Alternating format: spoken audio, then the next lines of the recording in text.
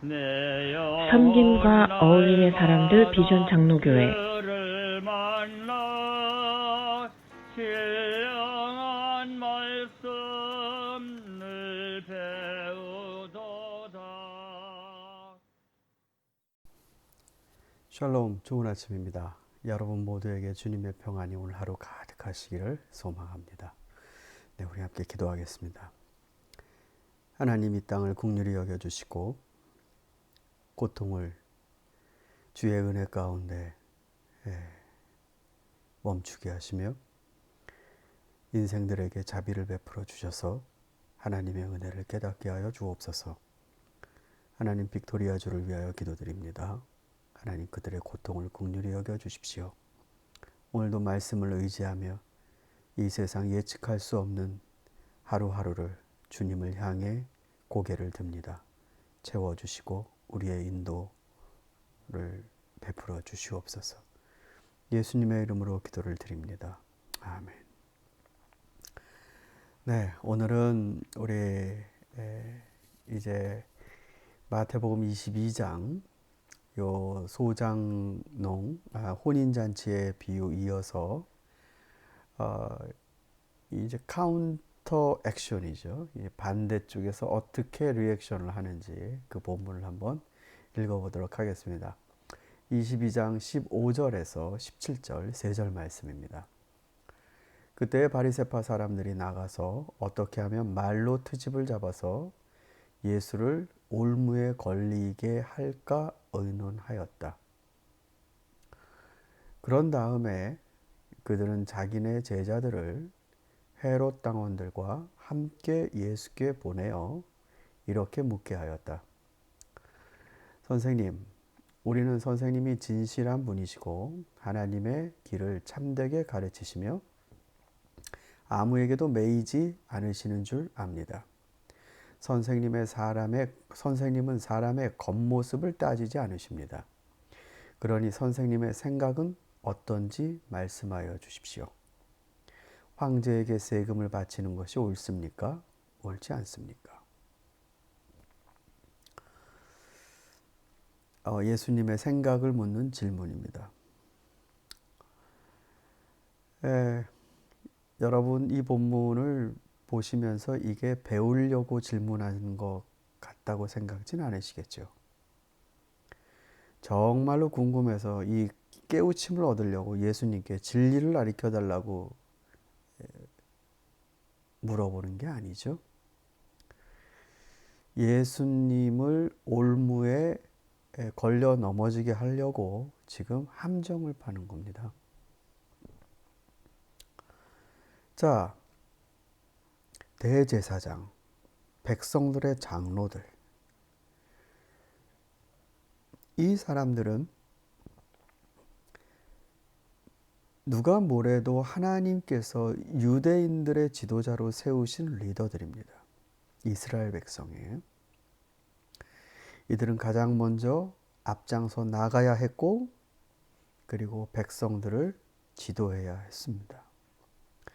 하나님의 말씀이 이들에게 먼저 주어지고 이들이 하나님의 말씀을 전달합니다. 이것이 원래 대제사장의 존경이고 백성들의 장로의 명예입니다.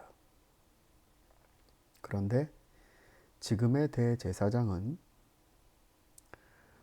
하나님의 율법에 따라 이어져 내려오는 제사장이 아니라 로마 총독과 그리고 분봉왕, 이런 정치 세력에 의해 임명되는 제사장입니다.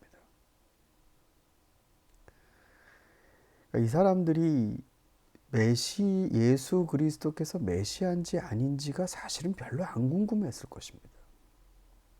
이 사람들에겐 그냥 예수라는 사람 자체가 불편합니다. 세례 요한 때도 너무나 불편했는데 이제 세례 요한에 이어 예수가 이게 너무나 불편한 대상으로 떠오르게 되었습니다. 그런데 제가 오늘 이들에게 느끼는 또 좀 한 차원 다른 분노라고 할까요? 못마땅함은 헤롯 당원들을 대동해서 예수께가 질문하는 겁니다.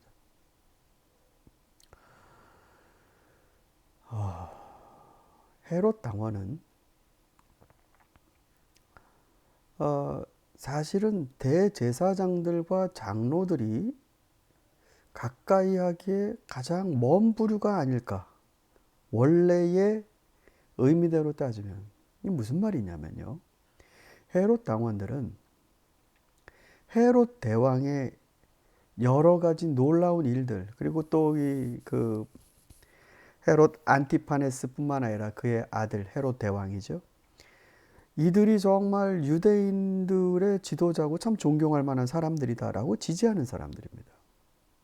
그러니까 헤롯을 지지한다는 건 로마를 지지한다는 겁니다. 헤롯이라는 이 왕가 자체는 사실은 로마의 임명입니다. 정말 기가 막힌 처세를 했습니다. 이 백그라운드도 없는 사람들이 에돔 출신의 이 안티파네스가 로마에게까지 연줄을 닫고 그리고 마침내 로마의 행정 장관 정도로 임명이 되어 돌아옵니다. 그러면서 나중에 왕으로 거의 물론 로마 치하 아래에 있습니다만 거의 왕권을 휘두릅니다. 근데 유대인들의 민심을 달래기 위해 굉장히 많은 일들을 합니다. 가이사라 빌립보라는 그곳에는 우리 그 골드코스트 같은 해변인데 인공 항구를 만들어서 거기를 무역 도시로 만들어 버리죠. 그리고 엄청난 건축물들, 예루살렘 성전을 복원합니다. 그러니까 유대인들이 봤을 때 이 헤롯은 정말로 그 앞선 세대가 해내지 못한 일을 밀어붙이며 해냅니다. 오히려 이 정통성에 있어서는 답이 안 나오는 이런 조건이지만 이 헤롯은 유대인들의 자부심을 살려줬습니다. 성전. 그리고 또 이 헤롯의 가문이 또 이 하스모노 왕가를 딸을 결혼시키면서 어쨌든 피가 또 섞이게 됩니다. 그런데 종교적인 정말로 이게 순수한 이 유대주의적 선민적 사상으로 이스라엘을 지키려 한다면 사실 헤롯 땅을 거부해야 됩니다. 왜냐하면 다윗의 혈통이 아닙니다. 그리고 이들은 그야말로 세속적 종교관을 갖고 있지 하나님을 신실히 믿는 사람들이 아닙니다. 그래서 대제사장들과 백성들의 장로 이런 부류의 사람들이 이번엔 헤롯 땅과 같이 힘을 합해 예수님을 찾아왔다는 것 자체가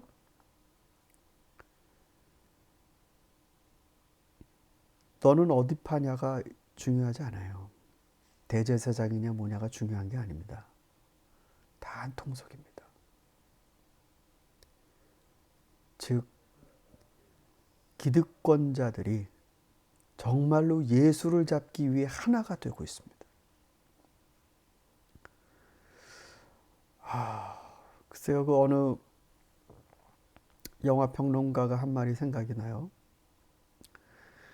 악당은 여러 명인데 늘 악당과 싸우는 주인공은 한 명이라고. 어떻게 이 악한 것들은 이렇게 성실하게 서로 결속해서 선을 응징하려 하는지.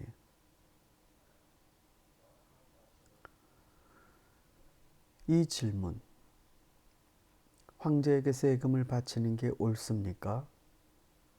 옳지 않습니까? 이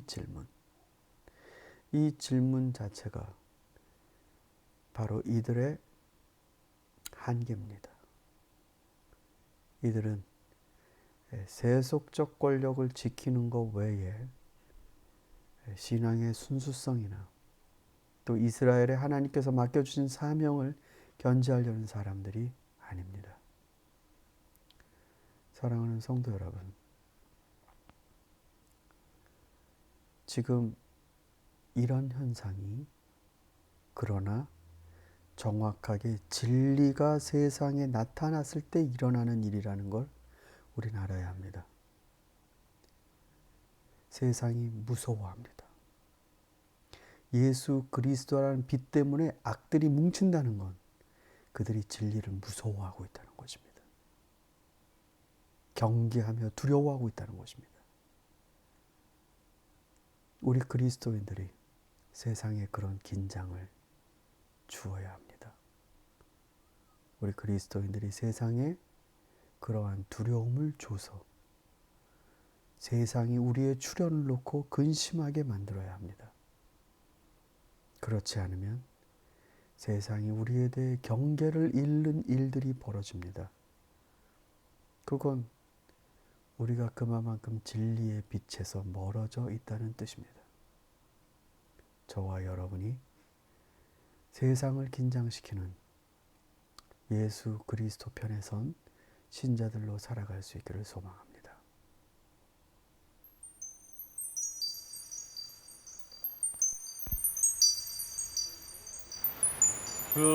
주님의 권능은 한없이 크오니 돌같은 내 마음 곧 녹여주소서.